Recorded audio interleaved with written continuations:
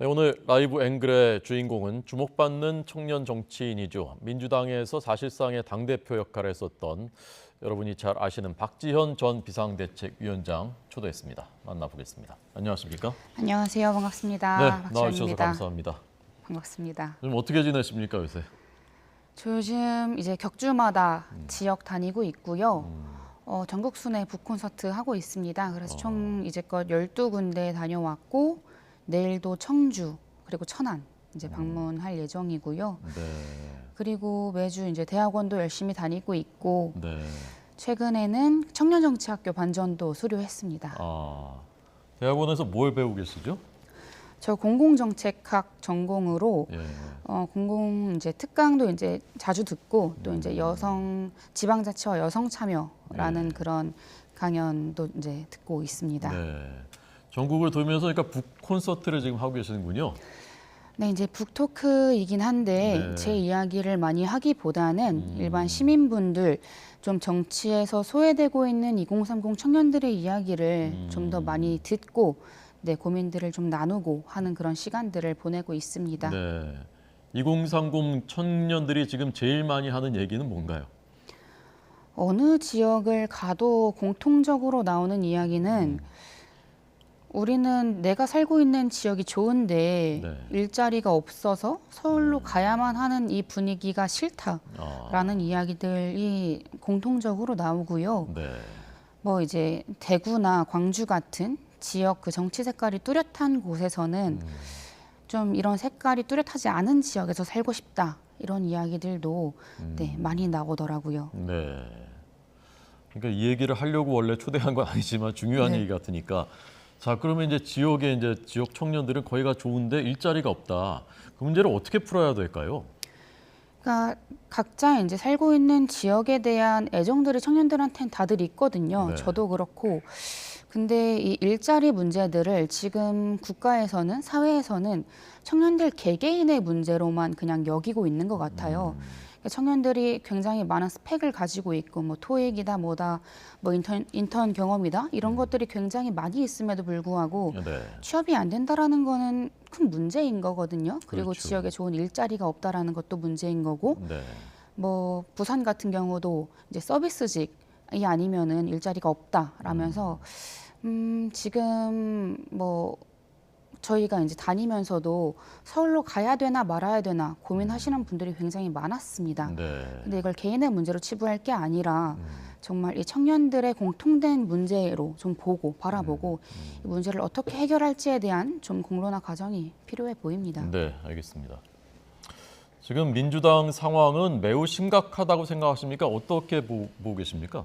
민주당 상황은 셔터 내리기 직전이라고 생각합니다. 너무너무 심각한 상황이고요. 네. 지도부의 결단이 필요한 그런 상황인데, 네, 잘 그런 모습이 보이지 않는 것 같아서 네. 걱정이 큽니다. 지도부가 어떤 결단을 어떤 식으로 해야 된다고 생각하시는 거죠? 뭐 너무 많은 부분이 이제 필요할 텐데요. 네. 일단 김남국 의원의 이제 코인 논란 관련해서도 정말 엄격하게 처리를 해야 할 필요가 있고, 또 김남국 의원을 감싸고 있는 그런 의원들이 있잖아요. 뭐 철험의 의원들도 있고, 또 김남국 의원을 감싸고 있는 이 강성 팬덤과도 결별을 해야 하는데 네. 결별을 하지 못하고 있습니다. 이 강성 팬덤과의 결별은 제가 비대위원장 하면서부터 계속해서 주장을 해왔음에도 불구하고 끊어내지 못하고 있다라는 건 정말 큰 문제죠. 네. 뭐 그 외에도 제가 비대위원장 때 처리했던 박완주 의원 성추행 사건도 이제 1년이 지났는데 그것도 윤리에 제소하고 그 이후에 네, 어떤 논의가 전혀 이루어지지 않고 있어요. 네. 네. 아무것도 그러니까 국민들 앞에 떳떳하게 반성하고 쇄신하는 모습을 전혀 보여드리지 못하고 있는 것이 네, 지금 민주당이 가지고 있는 가장 큰 문제가 아닐까 싶습니다. 네. 우선 김남국 의원 코인 문제는 본인이 탈당을 했고 그다음에 국회 윤리특위에 제소를 했고 지도부 입장에서 더 어떤 조치를 해야 된다고 보십니까? 그러니까 지도부 입장에서는 그러니까 국민들이 보시기에 꼬리 자르기인 거예요. 김남국 의원이 탈당을 하지 않았습니까? 네. 근데 그 탈당을 한 것도 잠시 떠나 있겠다고 했습니다. 그러니까 민주당이라는 이 공당이 그러니까 본인 마음대로 떠났다가 들어갔다 할 수 있는 곳이 아니잖아요. 네. 근데 그렇다고 했을 때 이 당에서는 이 김남국 의원의 이런 태도를 어떻게 바라볼 것이냐에 대한 그런 논의들이 보다 원활하게 이루어져야 함에도 불구하고 당에서는 이런 김남국 의원을 그러니까 비호하는, 그러니까 옹호하는 그런 의원들의 목소리가 크게 들린단 말이죠. 네. 근데 그랬을 때 그런 말들이 새어나오지 않게끔 당에서 어느 정도 관리가 필요한데 네. 전혀 그렇지 않고 이재명 대표도 이런 김남국 의원을 이제 엄격하게 좀 처리하는 모습을 보이기보다는 오히려 초반부터 감싸는 모습을 보여왔었죠. 네. 그러니까 이런 부분들에 대해서 국민들이 저렇게까지 엄격하게 하네 싶을 정도로 좀 이 온정주의를 버리고 내로남불을 버려야 좀 쳐다봐 주실까 말까 한데 전혀 그렇지 못한 모습을 보이고 있는 것 같습니다. 네. 이재명 대표가 김남국 의원을 지금도 비호하고 있다고 생각하십니까? 지금은 이재명 대표가 사실 무엇을 하고 계신지 잘 보이지 않습니다. 그러니까 지금이라면 그러니까 이재명 대표의 리더십에 대한 평가를 좀 할 그런 시기가 오지 않았나라는 생각이 드는데요. 네. 이재명 대표가 우리가 알고 있기로는 사이다 이재명, 그러니까 결단하고 이제 되게 뚝심 있게 밀고 나가는 그런 이재명 대표의 모습을 국민들께서는 저는 좋아해 주셨다고 생각을 합니다. 네. 네. 근데 지금 당에서 이재명 대표의 사법 리스크서부터 해가지고 돈봉투 논란, 이제 하다못해 김남국 의원의 코인 의혹까지 터졌음에도 불구하고 어떠한 좀 당에서 이 리더십을 가지고 추진해가지고 밀어붙이는 모습이 보이지 않는다라는 게 가장 큰 문제고요. 근데 이런 당내 문제뿐만 아니라 국민들의 문제도 굉장히 켜켜이 산적해 있습니다. 이제 엊그제가 예람 중사 2주기였고, 근데 어제 그 계집 노트라면서 공군들이 이제 여성 장교들 성희롱하는 그런 노트가 공개되기도 했어요. 네. 네. 뭐 그런 일도 있었고 최근에도 20대 남성이 이 초등생들을 대상으로 디지털 성범죄를 저질러서 한 초등생은 극단적 선택, 자살을 선택하는 그런 일도 있었는데 이런 문제들이 산적해 있음에도 불구하고 당 안팎으로 이런 여러 문제들 때문에 네. 정령 챙겨야 할 국민들의 문제는 전혀 챙기지 못하고 있다라는 네. 생각이 들어서 이재명 대표의 리더십을 이제 평가할 때가 됐다라는 말씀은 이재명 대표의 거취를 당에서 논의해야 된다라는 말씀인가요? 최근에도 이재명 대표의 재신임 이야기가 나왔었죠. 네. 근데 제가 이제 지난 일주일까지만 해도 아직은 재신임을 논의하기에는 약간 이른 것 같다라고 말씀을 드렸었는데요. 네. 근데 이렇게 당이 절체절명의 위기에 처해 있는 순간에도 이재명 대표의 리더십이 보이지 않는다라는 것은 정말 큰 문제라고 생각을 합니다. 네. 그래서 차라리 대표께서도 지금의 상황을 보다 이제 정면 돌파해 나가시는 게 네. 네, 아예 재신임을 받으시는 게 더 좋지 않을까라는 생각까지 듭니다. 네. 재신임을 어떤 방법으로 받는지 좀 생각해 보신 게 있습니까? 방안이? 뭐 국회에서 이제 뭐 의원들끼리 이제 함께 하는 그런 방안도 있을 것이고요. 네. 뭐 당원 투표에 붙이는 방안도 있겠지만 일단 1차적으로 할 수 있는 방법은 이제 국회의원들끼리 이제 의원총회를 하는 방안이 가장 첫 번째로 이루어지지 않을까 생각합니다. 네.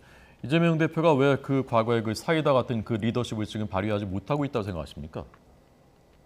뭐 여러 가지 문제가 얽혀 있는 것 같습니다만 가장 큰 문제는 이재명 대표가 팬덤을 끊어내지 못한다는 부분에 있어서 그 문제들이 계속 얽혀 있다고 생각을 합니다. 네. 이재명 대표도 이 강성 팬덤의 문제들은 이미 본인도 잘 알고 계시거든요. 근데 이재명 대표의 그 사법 리스크 이후에 본인께서 이 지지를 받는 게 아무래도 그 강성 팬덤 분들이다 보니까 네. 이 강성 팬덤 분들에게 좀 이제 단호하게 대처를 할 경우에 그 누구에게도 지지를 받지 못할까 하는 두려움이 있으신 게 아닌가라는 생각도 좀 들고요. 근데 이재명 대표가 지금 이 난국을 헤쳐 나가려면 이 강성 팬덤과의 결별은 네, 정말 필요하다. 예. 네, 이거를 하지 않으면 네, 이재명 대표의 거취도 어려울 수 있다라는 생각까지 듭니다. 네. 이재명 대표 입장에서 이제 생각해 보면 이제 몇 차례 만류했고 그러지 말라 총구는 밖으로 돌려라라고 이제 그 당부를 했는데 그분들이 이제 자발적으로 하는 건데 내가 더 이상 어떻게 하겠느냐 이제 그런 억울한 마음이 좀 있을 수도 있을 것 같거든요. 그러니까 대표께서 그 전에 이낙연 전 총리님이랑 저랑 그 징계 탈당 청원이 올라온 적이 있습니다. 네네. 그 이후에는 이제 그런 뭐 좀 자중해라라는 메시지를 내시기는 하셨죠. 근데 그 이후에 어떤 모습을 추가로 보이신 거는 거의 없는 것 같고요. 이제 오늘 아침에 기사 보니까 처음으로 이 문자폭탄 비난 욕설 보낸 강성 당원 한 분이 이제 제명이 됐다고 네, 하는 네. 기사를 봤습니다. 네. 근데 그런 식으로 이런 것들은 당내 민주주의를 해치는 행위라고 명확하게 규정을 하고 대표께서 보다 이제 엄격하게 대처를 하실 필요가 있겠죠. 네. 그게 이제 말로만 해서는 될 문제가 아니라고 생각합니다. 네. 이상민 의원이 이재명 대표 관련해서 기소돼서 재판받고 있는 사람이 특별한 사유가 있지 않은 한 내년 총선 공천받기는 어려운 것이다라고 얘기를 했던데 거기에 대해서 어떻게 생각하십니까? 근데 최근에도 이제 뭐 이재명 대표나 조국 전 장관이 이제 다음 총선에 공천을 받을 수 있게끔 이렇게 그 당원 당규를 바꾼 그런 논란이 있지 않았습니까? 네, 네. 그런 것들이 국민들이 보시기에는 사실 납득하기 어려운 부분이죠. 뭐 이재명 대표가 어쨌든 대표를 하고 있는 사람으로서 그거는 충분히 논의의 여지가 있었음에도 불구하고 그런 논의를 하지조차 않겠다는 그런 사전 작업으로서는 네, 저는 바람직하지 못한 방향이라고 생각합니다. 네. 자, 이낙연 대표 조금 전 말씀하셔서 그런데 조금 전에 저희 그 기사 보도했거든요. 이제 곧 귀국을 하고 윤석열 정부에 대해서 이제 비판하는 기자들 만나서 오늘 이제 발언이 있었습니다. 이낙연 전 대표의 그 민주당 복귀에 대해서 어떻게 생각하십니까? 이게 계속해서 계파 갈등으로 비춰지는 것이 저는 국민들에게 또 다른 피로감을 드린다고 생각을 해요. 네.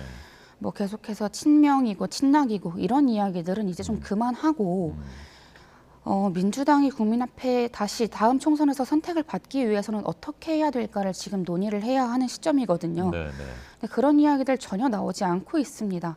그러니까 당내 문제들이 산적해 있다 보니까 이런 것들을 어떻게 수습을 해야 하나 정말 좀 겨우겨우 쫓아가고 있는 그런 실정인데 그러다 보니까 국민들이 정말 원하시는 이 소위 민생 입법이라고 하는 것들을 챙기지 못하고 있다라는 게 지금 민주당이 직면하고 있는 문제인 거고요. 네. 네, 이낙연 대표의 거친 문제에 대해서는 네, 제가 뭐 말씀드릴 부분은 아닌 것 같습니다. 네. 최근에 여론조사 리얼미터 기준으로 20대에서는 지지율이 국민의힘과 역전됐고 국민의힘이 더 높아졌고 30대에서 이제 초근접하는 결과가 나왔더군요. 최근에 만나는 그 2030 세대들은 그 민주당의 지금 상황에 대해서 어떻게 보고 있습니까? 한마디로 민주당에 대해서 어떻게 생각하시냐라고 여쭤보면 네. 다 이제 내로남불이지 않냐라고들 말씀을 하시더라고요. 지금의 윤석열 정부와 여당이 잘하고 있다라고도 생각하시지 않지만 이렇게 정부 여당이 헤맬 때 그럼 민주당이 더 잘하는 이 강한 야당의 모습을 보여줘야 하는데 전혀 그런 모습이 보이지 않는다라고들 말씀을 하시고 어제도 민주당 시의원의 그 성추행 기사가 떴습니다. 그런 것들을 보면서 민주당은 도대체 언제쯤 이 성범죄에서 벗어날 수 있는 것이냐라는 이야기들도 하시고요. 왜 박원순 전 시장의 그 다큐 논란이 있음에도 불구하고 민주당은 이 건에 대해서 아무런 말도 하지 않느냐라는 그런 의견들도 네, 많이 나오고 있습니다. 네. 그 다큐에 대해서 박지원 위원장께서는 발언하신 적 있었습니까? 저도 이제 발언을 하려고 준비를 했었다가 네. 그 당시 이제 여성단체 이제 논의하고 계신 이제 그룹에서 어차피 이게 좀 방영이 안 될 것 같은데 괜히 보다 좀 많은 그런 주목을 하게 하는 것 아니겠냐라고 이제 말씀을 하셔서 그 당시에는 좀 말을 아꼈습니다. 네, 네. 근데 지금 상황을 봐서는 이거는 좀 이야기를 해야겠다 싶은 상황에 좀 이르렀다고 생각을 하고요. 네.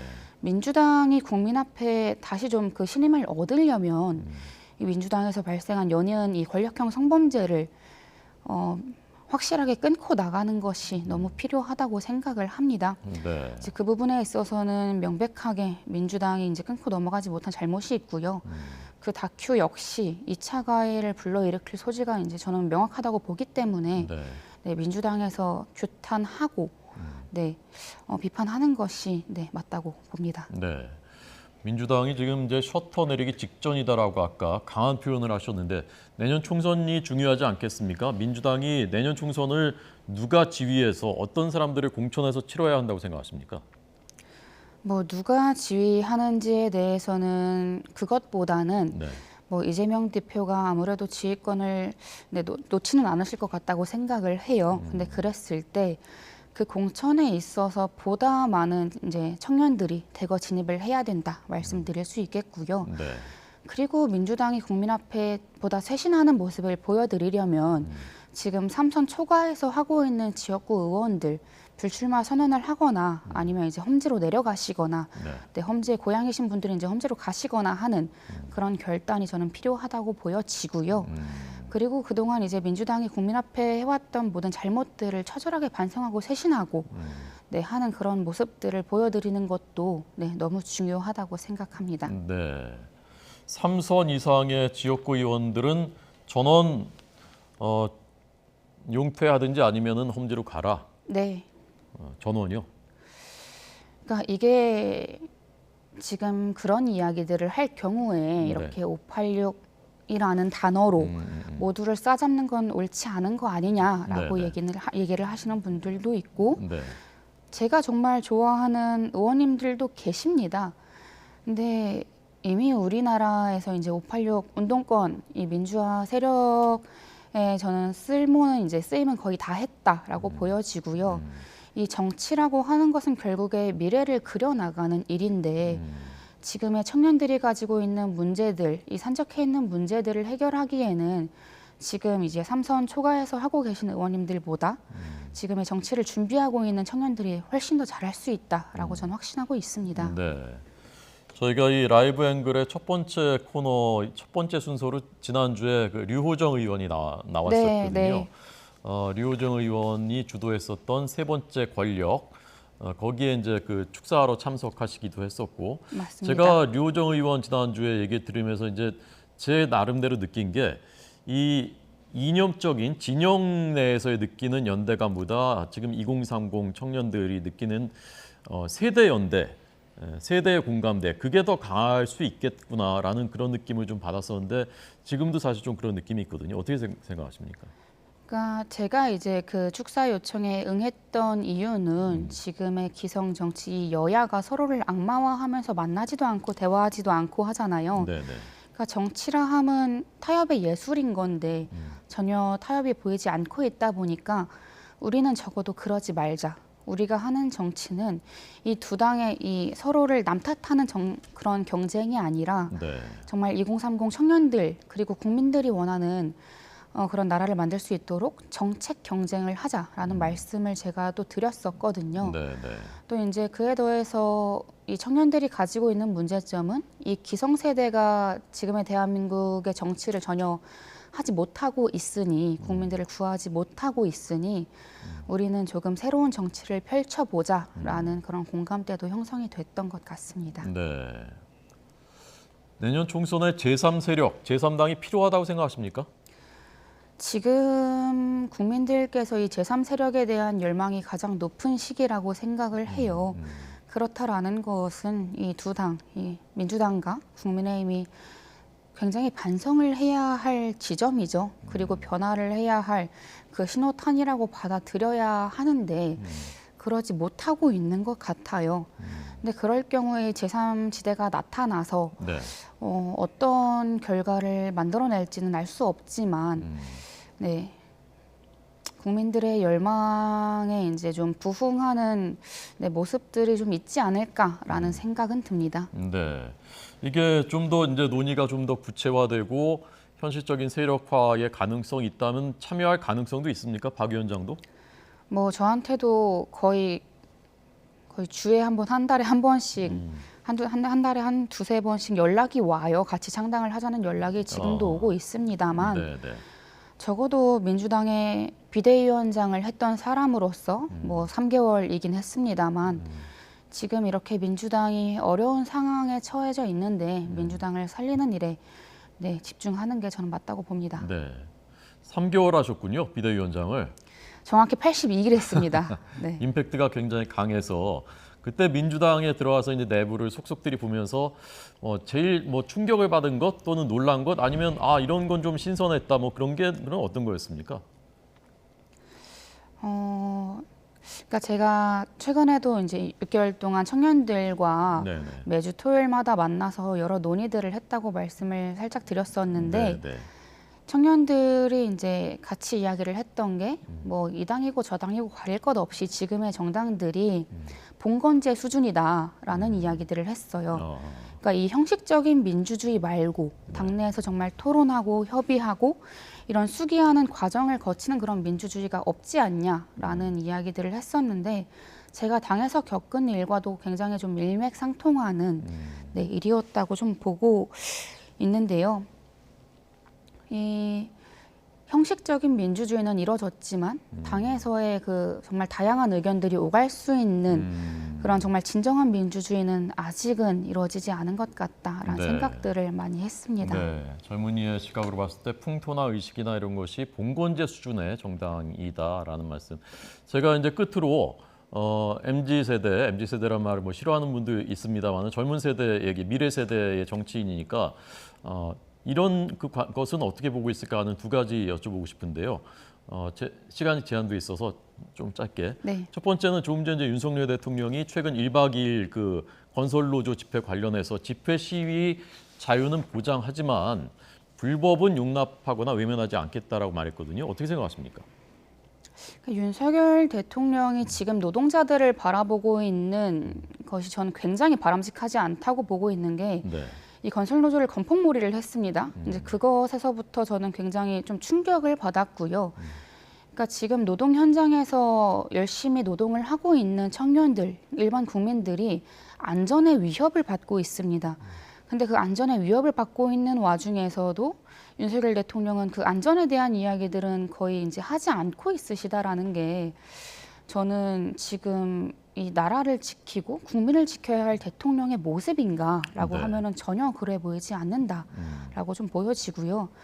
정말 윤석열 대통령이 청년들의 그런 표심을 얻고 싶다면 이 청년들이 원하는 그런 노동개혁이 무엇인지에 대해서 보다 더 많이 들으실 것을 관건하고 싶습니다. 네. 자, 두 번째는 최근에 이제 한일 관계 개선 그리고 윤 대통령이 말하는 자유민주 가치연대 거기에 대해서는 어떤 입장이십니까?